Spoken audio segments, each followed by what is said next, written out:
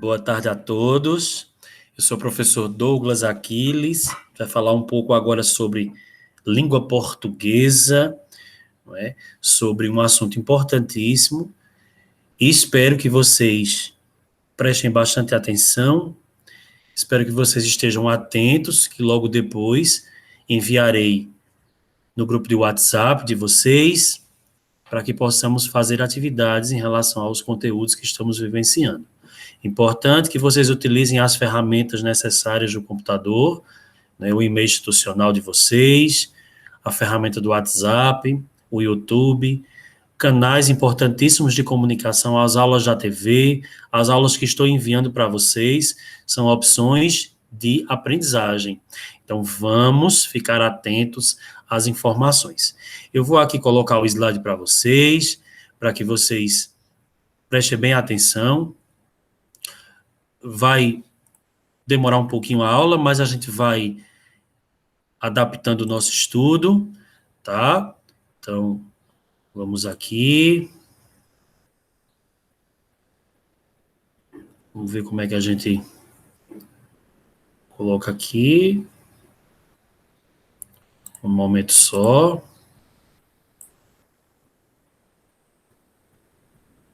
Isso. Agora vamos lá. Pessoal, vê que coisa legal.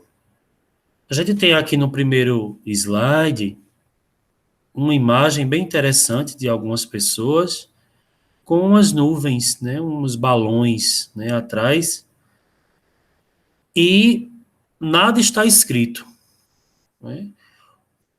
O que é que a gente deduz? A gente deduz que seriam as comunicações. Todas elas se comunicando ao mesmo tempo, todas as pessoas conversando ao mesmo tempo e todas se entendendo, não é? Então, é isso que a gente vai falar agora, as múltiplas funções da linguagem. E o que são as funções da linguagem? São as várias formas que existem de comunicação e qual é a função de cada uma delas, para que é que serve cada uma delas, né? E o estabelecimento da organização das relações sociais. Eu sou o professor Douglas Aquiles, estou aqui ministrando essa aula para vocês, espero que vocês aprendam bastante e logo, logo, né, quando vocês aprenderem, a gente vai tirando as dúvidas no grupo, né? Assistam com bastante carinho, ok? Primeiro a gente tem um texto aqui, né, importantíssimo, né, de um poeta Fernando Pessoa, um poeta do início do século XX, lá de Portugal, tá? Que ele faz exatamente o seguinte, ele fala: Mar português, Fernando Pessoa. Ó mar salgado, quanto do teu sal, são lágrimas de Portugal. Por ti cruzarmos, quantas mães choraram, quantos filhos em vão rezaram, quantas noivas ficaram por casar, para que fostes nosso, ó mar. Valeu a pena? Tudo vale a pena se a alma não é pequena. Quem quer passar além do bojador, tem que passar além da dor. Deus, ao mar, o perigo e o abismo deu, mas nele é que espelhou o céu. Veja que Fernando Pessoa, ele tem uma significação muito forte nas palavras, não é? As palavras muitas vezes podem ser desconhecidas para alguns, né? Mas a poesia de Fernando Pessoa, ela retrata exatamente esse sentimento, né? O sentimento de saudade, ou talvez um sentimento de tristeza, né? De lembrança, de saudosismo de algo, né? Então, a gente fica com a abertura com esse texto Mar Português, de Fernando Pessoa, né? Para mostrar exatamente qual seria a função da linguagem, né? A poesia é uma linguagem, né? A função poética que a gente chama, tá? Então, vamos para frente um pouquinho, vamos ver os textos 2.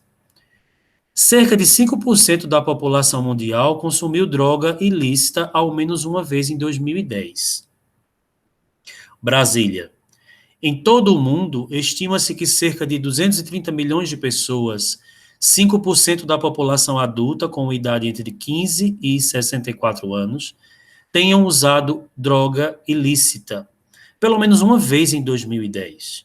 O problema da droga atinge cerca de 27 milhões de pessoas, o que representa 6% da população mundial. Praticamente uma de cada 100 mortes entre adultos é atribuída ao uso de drogas ilícitas.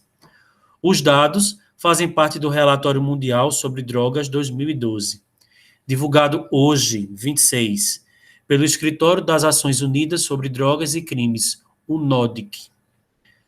Segundo a publicação, o consumo e a produção de drogas ilícitas, como a cocaína, a heroína e a maconha, tem ficado estável apesar de mudanças nos fluxos e mercados de consumo dessas substâncias. O relatório mostra ainda que 13% dos usuários de drogas têm problemas com a dependência, incluindo distúrbios e o aumento da incidência de contração do vírus HIV, da hepatite C e hepatite B, entre usuários de substâncias injetáveis. De acordo com o UNODC, a maconha e os estimulantes do tipo anfetamina são as drogas mais usadas no mundo. Globalmente, o consumo de cocaína ficou estável, com o número de usuários estimado em 2010 entre 13,3 milhões e 19,7 milhões, correspondendo a 4% da população adulta mundial. Os principais mercados de cocaína continuam a ser a América do Norte, a América do Sul e as Europas Ocidental e Central. O consumo de cocaína entre os adultos diminui nos Estados Unidos, passando de 3% em 2016 para 2,2% em 2010. De acordo com o UNODC, isso pode estar relacionado ao declínio de 47% na fabricação de cocaína na Colômbia. Segundo o relatório no Brasil, as apreensões federais têm mais do que triplicado desde 2004, atingindo 27 toneladas em 2010. Alguns dados indicam ainda uma expansão do mercado de cocaína, particularmente de crack, droga derivada de cocaína, em alguns países da América do Sul. O uso de cocaína também aumentou entre as nações sul-americanas, inclusive no Brasil e em outros países que fazem parte do Cone Sul, a partir de meados da década de 90 até 2005. Dados de pesquisas recentes para o Brasil estão indisponíveis, mas a preocupação com o aumento do uso de cocaína no Brasil se reflete no Programa Nacional que o país lançou em dezembro de 2011. O aumento das apreensões também pode refletir o papel do Brasil como um país de partida para a cocaína, contrabandeada por meio do Oceano Atlântico, destaca o relatório. Observem aí que existe uma publicação, né, na UOL. Né? Primeiro vimos uma poesia de Fernando Pessoa, e agora essa publicação de um jornal, né, uma publicação de uma notícia importante sobre essa questão do uso de drogas, sobre essa questão do consumo de drogas na sociedade, na população jovem, né, e fala também um pouco sobre as doenças. Então, enfim, são dois textos importantes, né, para a gente fazer um comparativo. São meios de comunicação? Sim. São formas de comunicação diferenciadas? Sim. Então, vamos ver agora aqui quais seriam as diferenças entre eles. Podemos perceber a diferença entre os dois textos anteriormente apresentados. O primeiro, que é o Mar Português, é um poema que tem o objetivo de contar a história das navegações portuguesas de uma maneira poética. Então, Fernando Pessoa ele faz essa contagem de uma história sem ser um texto narrativo, mas uma narrativa poética. Ele fala de uma forma bonita sobre essa questão das navegações portuguesas. Já o segundo é uma reportagem sobre o consumo de drogas. Então, aí uma reportagem, uma notícia, algo que está ligado a jornalismo, né? Seja a reportagem, seja a notícia, enfim. Temos um destaque importante. A diferença entre os dois, né? No último texto que nós lemos, nele encontramos dados estatísticos, né? Informações e argumentos sobre um tema específico. Lá vocês têm dados importantes, tem percentuais numéricos, né? Enfim. A reportagem ela tem esse ponto de partida também, tá? E a notícia também tem essa função. Mas aqui falamos de reportagem, lá falamos sobre a poesia, logo anteriormente, né? Fernando Pessoa falando sobre as histórias das navegações de uma forma poética. Poesia e reportagem. O primeiro texto não apresenta um interlocutor específico, ou seja, qualquer pessoa que se interesse pela leitura do texto poderia lê-lo. Então, eu não tenho no primeiro texto essa forma de interlocução, de troca. Ele está se dirigindo para quem no primeiro texto? Ele simplesmente criou o seu texto, Fernando Pessoa, ele criou a sua poesia, e as pessoas que vão ler vão ser os interlocutores dele. Vão criar várias interpretações sobre isso. Não é? Já no segundo, não, ele é destinado aos possíveis leitores do jornal impresso ou aos internautas que acessem sua versão online. Chama a atenção de um público jovem ou pessoas que convivem diretamente com eles, bem como pessoas que já se envolveram com algum tipo de droga.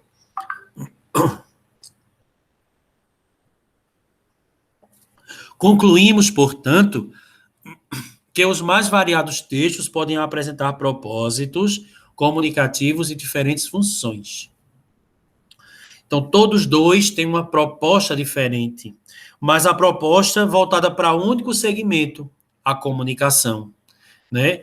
A função dele é que é diferente do outro, mas a comunicação é a chave dos textos. Então, todo texto, pessoal, toda forma de comunicação, em forma de texto, de imagem, né, de símbolo, é importantíssima para a compreensão da fala, né? E também do pensamento, logicamente. As funções e propósitos comunicativos de um texto variam de acordo com o público-alvo, as intenções do escritor, contexto e principalmente da interação. Vamos lá agora para o gráfico, né? Falando um pouco sobre isso. A teoria da comunicação, as funções da linguagem. Se entendemos que a linguagem é um instrumento de comunicação, o processo comunicativo seguirá o seguinte esquema. Aqui nós temos uma seta azulzinha e temos três elementos aqui, o emissor, a mensagem e o receptor. Logo acima a gente tem um canal e o código, e abaixo um contexto. Então, qual é a relação que isso aqui tem? A gente sabe que o emissor é aquele que vai transmitir a mensagem, né? Vai enviar. Para que ele envie essa mensagem, é necessário se ter um canal. Esse canal vai ser a passagem que essa mensagem vai passar, e essa mensagem tem que ter o código. Ela tem que estar ou escrita, ou através de imagem, de símbolos, enfim. E o contexto que está embaixo é justamente a forma de compreensão dessa mensagem. Como é que for compreender essa mensagem? Qual é o contexto? O que é que ela está querendo dizer a mim? O que é que essa mensagem está querendo passar para mim? Tá? Então é importante vocês entenderem isso aí. E o receptor que vai receber toda essa mensagem que está aqui através do canal e que essa mensagem tem um código e ela tem algum significado. Ou significante, que é o que a gente vai ver depois. Tá? Então, toda forma de comunicação ela tem que partir do princípio da compreensão. Eu não posso conversar com ninguém se ela não entende. Né? Alguém pode dizer assim, mas todo mundo não se fala ao mesmo tempo. Se a gente for para uma festa, está todo mundo se comunicando ao mesmo tempo, mas cada um ali está com um objetivo específico um com o outro. Eles estão se comunicando, a gente escuta ruídos, a gente escuta barulho, né? Mas cada um está dentro de uma comunicação. Eu agora sou o emissor de vocês. Vocês são os receptores dessa mensagem que está aqui, que eu estou passando. O canal será a tecnologia, né? A internet, o vídeo, o contexto é a mensagem que eu estou mandando para vocês e o código são as palavras, ok? Entendido agora? Então vamos para frente. As dúvidas vocês vão tirando comigo no WhatsApp, ok? Teoria da comunicação, funções da linguagem. Essa parte bem complexa, o que é isso, professor? Teoria da comunicação, que negócio difícil. Que coisa complicada, o que é isso? Teoria é um estudo, minha gente, da comunicação. né? A forma como a gente vai estudar essa comunicação. E quais são as funções dessa linguagem? Para que é que serve essa linguagem? Qual é o objetivo dessa linguagem? Ela serve para quê? Então, aqui diz, segundo a teoria da comunicação, toda mensagem tem uma finalidade predominante, que pode ser a transmissão de informação, ênfase no contexto, o estabelecimento puro e simples de uma relação comunicativa, ênfase no canal, a expressão de emoções, ênfase no remetente, e assim por diante. O conjunto dessas finalidades tem sido entendido sob o rótulo geral de funções da linguagem. Alguém pode estar aí pensando, nossa, professor, que coisa difícil. O que é que significa isso? Pessoal, tudo que está aqui escrito foi o que eu falei anteriormente, só que aqui ele colocou de uma forma de teoria, tá? Para que exista a comunicação, é preciso que exista uma imagem, uma função e também exista uma mensagem. É preciso que exista alguém que mande essa mensagem e é preciso que alguém que receba. E para isso ela tem que passar por um local, por um canal, né? Qual é o canal da mensagem do Jornal Nacional? A TV, a internet, né? Qual é o canal que a gente se comunica? O WhatsApp, não é isso? A gente está se comunicando pelo WhatsApp todos os dias. Eu passando mensagem para vocês, vocês passam mensagem para mim, a gente fica nessa troca. Então, isso é que é o resumo de tudo isso. Para que haja essa função da linguagem, para que haja esse momento importante, é preciso que haja essa sintonia dos elementos, que foram exatamente esses que nós falamos aqui anteriormente, ó. Emissor, mensagem, receptor. E através deles a gente tem o canal, o código e o contexto. Ok? Vamos agora, um pouco mais para frente, a gente vai agora conhecer as funções, uma de cada vez da linguagem, tá? Lembrando que vocês estão assistindo esse vídeo, vocês podem assistir, assistir de novo, tá? Até vocês compreenderem o que a gente está colocando aqui. E as dúvidas vocês vão tirando comigo no WhatsApp, no grupo, ok? A primeira função é a função referencial. A função referencial ou denotativa. O que é que significa isso? ênfase no contexto. Uma função referencial ou denotativa é aquela que, quando o objetivo da mensagem é a transmissão de informação da realidade ou elemento a ser designado. Uma coisa denotativa, uma mensagem denotativa é uma mensagem de palavras de forma real. Por exemplo, falava eu para vocês há um tempo atrás que a palavra do dicionário é a palavra que está lá escrita no seu significado real.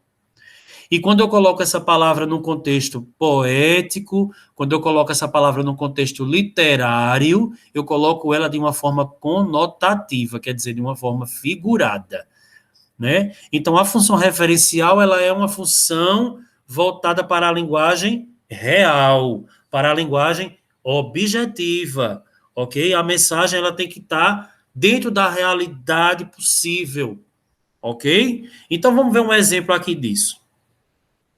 A segurança da internet foi o tema principal do 23º Congresso de Segurança Computacional, realizado em novembro do ano passado nos Estados Unidos pela Computer Security Institute, CSI, uma entidade criada em 1974 que tem forte atuação internacional na área de treinamento e organização de feiras e congressos. Brazilian Times. Então, a gente tem aí um trecho, não é, de uma função, de algo que foi tirado de uma linguagem jornalística, uma referência de uma reportagem, algo que foi tirado lá, então, que é uma função referencial. Eu estou falando de alguma coisa real, que não é uma mentira, né? Hoje a gente tem o quê? As fake news. As fake news são as falsas notícias que a gente tem, né? Então é importante a gente entender isso, que essas falsas notícias, elas circulam dentro da sociedade de forma indevida, e as pessoas vão acreditando. Hoje a gente tem uma série de recursos na internet que podem criar notícias que são falsas, e as pessoas acreditarem. Então é importante a gente estar ligado na função da mensagem. Qual é a mensagem que ela está passando? Qual é, para que é que serve essa mensagem? O que é que ela está querendo dizer a mim? Ok? Função emotiva ou expressiva. né? Temos aí o número 2, ó, a ênfase no remetente. Eu tenho que enfatizar o remetente para atingir a pessoa que está, né, recebendo essa mensagem, ok? Quando o objetivo da mensagem é a expressão das emoções, né? Atitudes, estados de espírito do emissor com relação ao que fala. Por exemplo, eu leio uma poesia de Vinícius de Moraes, eu fico emocionado, né? Eu leio algo literário, eu leio um romance, eu leio uma poesia de amor, eu fico sentimental, mexo com a minha emoção, ok? Então, isso é a função emotiva. É a que causa expressão dos sentimentos. Está aqui, ó. Função emotiva ou expressiva, pessoal. Presta bem atenção. Exemplo, soneto de fidelidade. Vamos ler o soneto de Vinícius de Moraes, esse grande poeta brasileiro, né? De tudo ao meu amor serei atento, antes e com tal zelo, e sempre tanto, que mesmo em face do maior encanto dele se encante mais meu pensamento. Quero vivê-lo em cada vão momento, e em seu louvor hei de espalhar meu canto, e rir meu riso e derramar meu pranto, ao seu pesar ou seu contentamento. E assim, quando mais tarde me procure, quem sabe a morte, angústia de quem vive, quem sabe a solidão, fim de quem ama. Eu possa me dizer do amor que tive, que não seja imortal, posto que é chama, mas que seja infinito, quanto dure. Olha que beleza, Vinícius de Moraes escreve sobre o amor. Vinícius de Moraes, ele coloca toda a sua emoção, sua expressão dentro da poesia. Essa é realmente a função emotiva, né? É a emoção, eu coloco o meu sentimento de alegria, de tristeza, eu mexo com o sentimento das outras pessoas através da função da linguagem emotiva.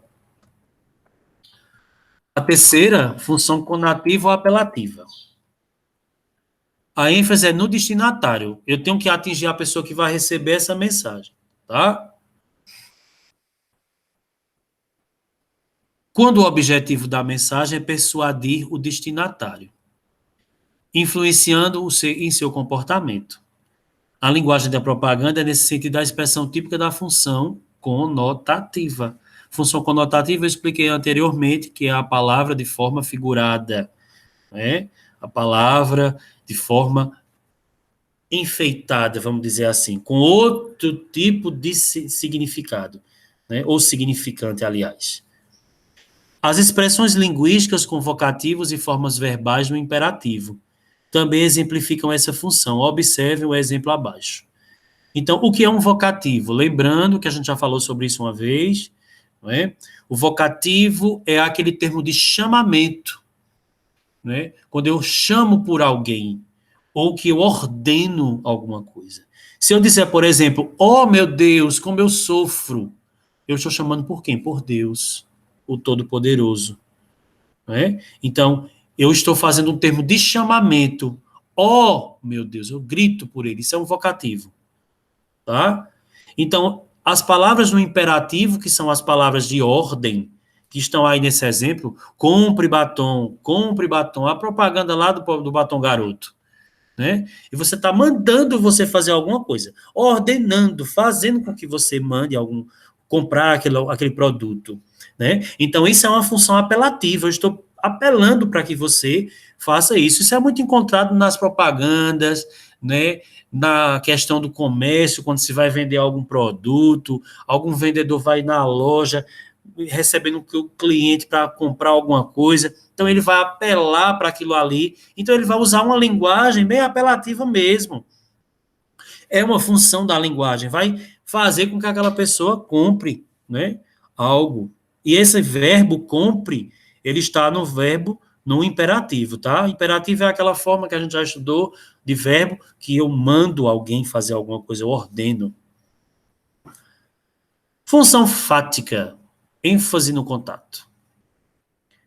Eu vou dar ênfase, eu vou destacar. ênfase é dar destaque, tá? Então, quando o objetivo da mensagem é simplesmente o de estabelecer ou manter a comunicação, o contato entre o emissor e o receptor. Então, existe o quê? uma fala entre mim e a outra pessoa que está recebendo a mensagem, ok?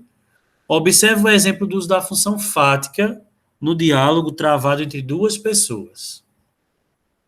Repare que na conversa com os amigos que se reencontram, nada é realmente dito. Então, para que haja essa função fática, geralmente usa-se um diálogo, né? E esse diálogo, ele está voltado exatamente para a compreensão. Quando eu estou conversando com alguém, eu tenho que estar fazendo com que ela me entenda e ela tem que me entender e eu entender ela. Se não houver essa sintonia, a gente não está com a linguagem legal. Ok, pessoal? A gente está com a linguagem desfocada, fora do normal, fora da linha de raciocínio, ok? Então, aqui, ó, Juca. Juca diz o quê? Romeu, há quanto tempo? Romeu fala, Juca. Aí Juca diz, e aí, 5 anos, hein? O que tem feito? Romeu fala, ih, tanta coisa, e você? Juca responde, também. Romeu, precisamos marcar uma cerveja aí. Juca, isso. Romeu, bom encontrar os amigos. A gente fica sabendo de tanta coisa. Veja que o diálogo entre eles não é uma coisa muito bem colocada. Não é um diálogo. É como se a gente fosse conversar com alguém, ela fosse contar uma história para a gente e essa história fosse uma história fora de ordem. Né? Não tem lógica, como a gente fala. Essas coisas sem lógica, essa conversa não está estabelecendo uma linguagem correta. Né? Não está estabelecendo uma comunicação real da coisa. Essa é a função fática, é você conversar no diálogo e as pessoas não entenderem muito bem. Tá? Então, para que isso exista, tem que existir exatamente essa sintonia, ok? Entre emissor e receptor. Função poética, que é aquela que a gente falou logo no início, com o poema de Fernando Pessoa, né? ênfase na mensagem, quando o objetivo da mensagem é explicar um trabalho de elaboração feito pela própria forma da linguagem. É quando o trabalho com os signos colaboram para o efeito de sentido na construção do texto. Nos poemas, é muito frequente a manifestação da função poética da linguagem, mas ela pode também se manifestar nos jogos de linguagem, nas propagandas e mesmo em textos em prosa. Das chamadas aliterações e assonâncias, que são figuras de linguagem, ok? Isso aí é algo que a gente vai ver depois. No caso aí, a gente tem esse poema, Epitáfio para um Banqueiro. Pessoal, epitáfio é o fim, né, a morte, né, a passagem para a vida, né, da vida para a morte. Esse é o epitáfio, acabou, morreu ali, né, colocado como uma coisa que teve fim, ok? Então, o epitáfio para um banqueiro. Banqueiro é aquele cara que trabalha com dinheiro, com banco, não é? Então, a gente tem aqui o negócio, né? O banqueiro fala em quê? Em negócio. Vamos interpretar a imagem, tá? Porque isso aqui é um poema concreto, ok? É o que é feito através de imagens geométricas, tá? Tá aqui, ó. Negócio, ego, ócio, cio, ó. Negócio. A palavra vai caindo, caindo, caindo, caindo, e ela vai acabando até chegar ao fim. Então, qual é a função da poesia? A função da poesia é expressar uma ideia. Não somente um sentimento, mas uma ideia. Eu tenho poesias de amor, poesias realistas, poesias sociais, poesias que fazem críticas. Então, eu tenho o quê? Várias formas poéticas. Então, a poesia ela tem essa função. Manifestar algo, né? Usando palavras, usando jogos de palavras. Ok? Então, aí o pessoal do 8º ano fica bem atento. Essas funções poéticas, funções apelativas, emocionais, né, fáticas, enfim. As funções da linguagem elas são voltadas para o quê? Para o objetivo único, que é a comunicação. Tá? E a função metalinguística? ênfase no código. Código é a palavra, não é, pessoal? É né, a imagem, o desenho, né, aquela coisa que a gente veio falar no início, tá certo? Então, a gente tem o quê? Quando o objetivo da mensagem é falar sobre a própria língua, Um exemplo evidente da função metalinguística é o trecho seguinte, extraído de uma gramática da língua portuguesa. Então, o que é que a gramática vai dizer lá? As palavras que, no sujeito ou noutras funções sintáticas, podem ser o seu nome principal, são nomes substantivos ou simplesmente substantivos. Já as que servem de adjunto de um substantivo são os nomes adjetivos, ou simplesmente adjetivos. Português básico de Cury. Professor, não entendi nada. O que foi que o senhor falou aí, pelo amor de Deus?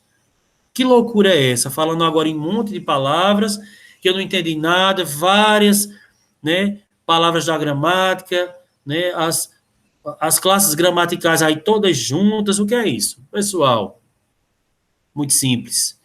A função metalinguística serve para explicar a própria palavra.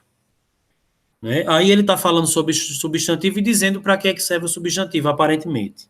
Por exemplo, a história em quadrinhos, voltando para ela. Eu tenho lá o quê? A palavra e a imagem. Então, qual é a ligação que existe entre a palavra e a imagem? Todas. A escrita dentro dos balões estão representadas através de quê? Da linguagem dos bonequinhos, dos desenhos, ok? Então é importante a gente entender isso. Preste bem atenção, é isso aí. As palavras estão ligadas às imagens. Então existe esse jogo importantíssimo falando sobre isso aí. Então a função metalinguística ela serve exatamente para isso. É falar sobre a própria língua, tá dizendo aqui, ó. O objetivo da mensagem é falar sobre a própria língua, é o que ele faz aqui embaixo no exemplo. Ele está falando uma mensagem lá da gramática, do português, falando sobre a palavra e para que é que ela serve. Falar sobre a própria língua, né, sobre o próprio idioma. É importante destacar que, segundo essa teoria, um texto pode apresentar mais de uma dessas classificações, sendo que uma delas predomina. Né? Essa predominância sempre vai partir de alguma função só. Então, eu posso ter várias funções dentro do próprio texto, mas uma vai se destacar mais, ok? Foi isso que ele falou antes. Imaginemos a seguinte situação. Você está na escola e se aproxima de um colega que está tomando sorvete e diz: que calor! Em sua opinião, qual a função de linguagem predomina na situação abaixo? Vocês sabem? Qual seria essa função da linguagem aí? Função referencial, se você estiver realmente falando sobre a temperatura local. Função conativa, se você está tentando convencer seu colega, que é a função apelativa, tá? A lhe dar um pouco de sorvete. Função fática, se você está tentando estabelecer apenas uma simples comunicação, sem outras intenções. Função emotiva, caso você esteja expressando sua agonia em relação à temperatura. Então, a gente tem aqui 4 funções dentro da mesma frase. Que calor. Né? Eu posso simplesmente falar como se eu estivesse falando sobre o calor da temperatura, como se eu estivesse tentando convencer o colega a me dar um sorvete. Eita, que calor, me dá um pouquinho de sorvete. A palavra está omissa aí, né? Está escondida. A função fática, né? Se você está tentando estabelecer uma comunicação simples, sem intenção nenhuma, eu posso dizer que calor, só por dizer. E a função emotiva, se você está realmente agonizando com a temperatura. Que calor! Né? Quando você já começa se abanando, isso é a função emotiva. Você está botando sua emoção para fora, né? Exagerando nos sentimentos. A linguagem não é um simples instrumento de comunicação, não é. Pois se assim o fosse, todos interpretaríamos os textos lidos da mesma maneira e entenderíamos uma conversa ou um simples programa de TV de forma semelhante. Na verdade, a linguagem é uma forma de interação, o lugar onde se constrói o sentido. O sentido é construído no momento de interação social entre os usuários da língua. Então, vocês já imaginassem se nós falássemos e ninguém entendesse? Não é? Se houvesse essa confusão de palavras que ninguém quis compreender, porque o nosso cérebro está condicionando todo momento a mensagem. Tá? Então, quando nós não temos essa organização de mensagem na nossa mente, a gente está com algum problema, um distúrbio, né? Cientificamente falando, tá? Então, a comunicação ela vai partir exatamente disso, desse princípio de eu entender o outro. Por que é que às vezes é tão difícil a gente entender uma pessoa que tem a linguagem dos sinais, né? Ou libras, né? Por quê? Porque nós não estudamos aquela linguagem. Mas quando a gente passa a estudar a linguagem dos sinais, a gente começa a compreender, né? E começa a conversar com aquela pessoa através né, dos sinais de libras. Então, a linguagem é fantástica, a comunicação é mais ainda, né? Nós temos essa vasta forma de nos comunicarmos e de nos entendermos cada vez mais, né? Eu vou deixando aqui essas atividades, né? Vocês podem fazer elas individualmente, tá falando em grupo aí, mas você pode responder sozinho, tá? Vocês vão responder essas atividades aí, né? No e-mail institucional de vocês, ou mandar pelo próprio WhatsApp, ok? E vão mandar para mim, tá? Eu vou colocá-las também no grupo, certo? Então, tá aí. Qual o objetivo principal do texto? O que se pretende com esse texto?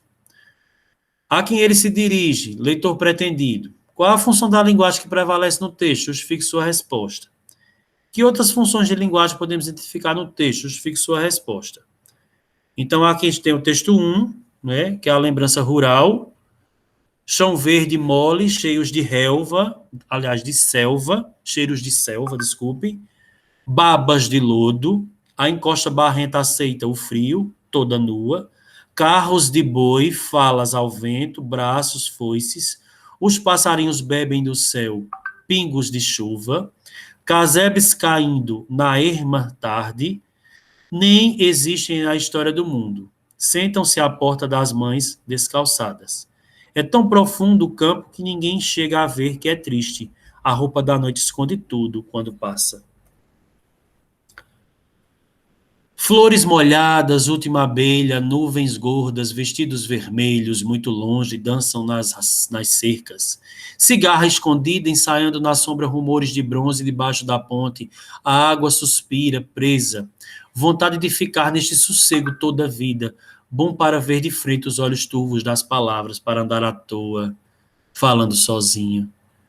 Enquanto as formigas caminham nas árvores. Cecília Meirelles, aí em vaga música. Cecília Meirelles, uma grande poetisa, falava tão bem do sentimento. Cecília Meirelles também foi uma professora, minha gente, tá? Se vocês quiserem saber um pouco mais da vida dela, né, dá uma pesquisadinha, fala, a história de Cecília Meirelles é muito linda.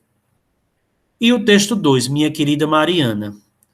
Só hoje recebi a autorização da tua madre superiora para te escrever, às vezes, escondidas de teus pais e meu marido, que, embora não te conheça de ti, não pode ouvir sem raiva, falar sem raiva. Certamente pela amizade, que sabe eu te dedicar, e isso o enfurece. Por princípio, odeia tudo que amo, ridicularizando sempre os meus sentimentos, destruídos pela sua delicadeza e sensibilidade com grande prazer e riso brutalmente. Mas de ti, que é feito, Mariana? Que resta de ti? Ai de clausura posta à força. Recordarei sempre seus gritos, teu desespero, tua raiva, tua recusa enlouquecida em aceitares o convento, teu ódio. Depois, perante o inevitável, teu mutismo, teu aceitar dos fatos com altivez, o desespero por todos e subir-te os olhos e o sorriso cortante, paramentar-me de ironia a boca em jeito de vingança. Que desgraça ao nascer mulher, frágil, inaptas por obrigação, por castas, obedientes por leis, a seus donos senhores sôfregos até nossos males. Maria Isabel Barreno, Novas Cartas Portuguesas. E o texto 3 aí, que é o texto de Paulinho da Viola, né? Sinal fechado. Olá, como vai? Eu vou indo e você, tudo bem? Tudo bem, eu vou indo, correndo pegar meu lugar no futuro e você. Tudo bem, eu vou indo em busca de um sono tranquilo, quem sabe? Quanto tempo, pois é, quanto tempo. Me perdoe a pressa, é a alma dos nossos negócios, oh, não tem de quê. Eu também só ando a 100. Quando é que você telefona? Precisamos nos ver por aí. Pra semana, talvez, eu prometo, nos vejamos, quem sabe. Quanto tempo, pois é, quanto tempo. Tanta coisa que eu tinha a dizer, mas eu sumi na poeira das ruas. Eu também tenho algo a dizer, mas me foge a lembrança. Por favor, telefone, eu preciso beber alguma coisa rapidamente. Pra semana um sinal, eu espero você. Vai abrir. Por favor, não esqueça. Adeus. E a música de Roberto Carlos, eu anteriormente cantei agora, Paulinho da Viola, não é? E agora, Detalhes, de Roberto Carlos, que vocês também vão trabalhar em cima dela. Esses textos que eu estou colocando, eu vou colocar no grupo e coloco o exercício também, tá? Não adianta nem tentar me esquecer.